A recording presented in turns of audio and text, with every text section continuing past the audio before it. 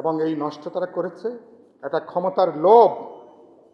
ইউনূস সরকার কিছু কিছু যেমন ভালো উদ্যোগ নিয়েছেন, তিনি গভীরে যে খারাপ কাজগুলো করেছেন, গুরুত্বপূর্ণ হচ্ছে তরুণদের মধ্যে তাদের নিজেদের ক্ষমতাকে পাকাপোক্ত করার জন্য এই তরুণদেরকে তাদের স্বার্থে ব্যবহার করতে, যে কখনো মবের নামে, কখনো ঘেরাওর নামে, কখনো কাউকে হুমকি দেবার নাম করে নানাভাবে এই তরুণদেরকে তারা ব্যবহার করেছেন তাদের ক্ষমতার স্বার্থে। এটা করতে যে এই তরুণদের মধ্যে একটা লোভ তারা জাগিয়ে তুলেছিলেন। ক্ষমতা এবং টাকা একসঙ্গে যখন চলে আসে, যারা এটা সামাল দিতে পারে না, এরা কিন্তু দানব হয়ে ওঠে আর কি। এই তরুণদের অনেকে যে দানব হয়ে উঠেছে, 10-20 হাজার টাকা যারা একসঙ্গে চোখে দেখেনি, 200, 300, 500, 1000 কোটি টাকা যখন তারা লেনদেন করে, তখন বোঝা যায় যে এরা আর তখন মানুষের পর্যায়ে থাকে না। তাদের যে ভাষা, শব্দ, এগুলো কোনো রাজনীতির কোনো ভাষা না। আমরা এখানে নেতারা সাক্ষী আছেন। আমি শেখ হাসিনা থেকে শুরু করে আমার জীবনে আমি তো এমন কোনো স্বৈরশাসক নাই। আমি সম্ভবত যারা সবচেয়ে কঠিন কথা বলেছেন স্বৈরশাসকদের ব্যাপারে প্রধান, তার মধ্যে আমি একজন। কিন্তু তার ভাষা আছে। ব্যক্তি মানুষকে তো আমি নিশ্চয়ই অমর্যাদা করতে পারি না। রাজনীতি ভাষা আছে। কিন্তু এই তরুণরা যে ভাষা শব্দ তারা ব্যবহার করছে, তারা একটা গালাগালি ব্যবহার করছে। কখন এরা গালাগালি করে? কোনো দলের যখন আদর্শ থাকে না, যখন রাজনীতি বলে কিছু থাকে না, যখন কর্মসূচি নেই, যখন তার জনগণকে রাজনৈতিকভাবে দেবার মতন কিছু থাকে না, তখন সে গালাগালি করে, ঠিক কিনা?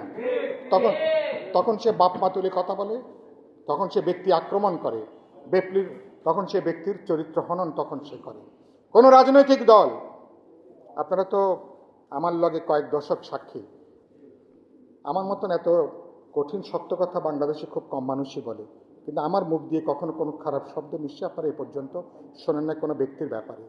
তাহলে আমাদের লক্ষ্য কোনো ব্যক্তি না, ব্যক্তির যে তিনি যখন জনবিরোধী হন, দেশের বিরুদ্ধে যান, জনগণের স্বার্থের বিরুদ্ধে যান, তখন তাকে আমরা সমালোচনা করি। এদের কারোর সাথে আমাদের তো ঘর সংসারের কোনো মামলা নাই, কোনো জায়গা জমির কোনো মামলা নাই। ব্যাপারটা দেশ, জনগণ, দেশের ভবিষ্যৎ নিয়ে। সে কারণে যেন এই তরুণদেরকে আমি বলেছি, মেহরবানি করে গালাগালি রাজনীতি সংস্কৃতিটা বন্ধ করেন। ইতিমধ্যে নিজেদের ভবিষ্যৎ অনেকখানি ধ্বংস করেছেন। যদি বন্ধ না করেন, বাকি ভবিষ্যৎটা আপনারাই কিন্তু ধ্বংস করবেন। ইতিমধ্যে আমি বলেছি, রাজনীতিটা আমার ক্রিকেট খেলার T20 খেলার মতো না, অথবা এটা ওয়ান ডে একটা ক্রিকেট খেলার মতো না।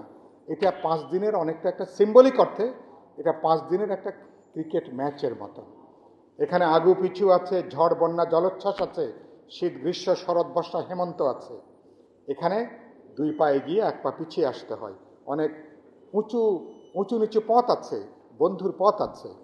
সুতরাং আপনারা এলাম, দেখলাম, জয় করলাম মানে প্রত্যেক ওভারে 6 মারবেন, তো প্রত্যেক ওভারে 6 মারে যে প্লেয়াররা কখনো কখনো ভালো হয়, কিন্তু অধিকাংশ প্লেয়াররা 6 মারতে গেলে তো পুরোপুরি তারা তো বেশিরভাগ ক্ষেত্রে বোল্ড আউট হয়ে যায়। বেশিরভাগ ক্ষেত্রে হলো বোল্ড আউট হয়ে যায় আর কি। আপনারা যদি বোল্ড আউট হতে না চান, মেহরবানি করে প্রতি ওভারে 6 মারার চেষ্টা করেন না। এক যাত্রায় সবটা অর্জন করবেন। ওই যা এলাম, দেখলাম, জয় করলাম, এর নাম রাজনীতি, এটা হলো অপরাজনীতি।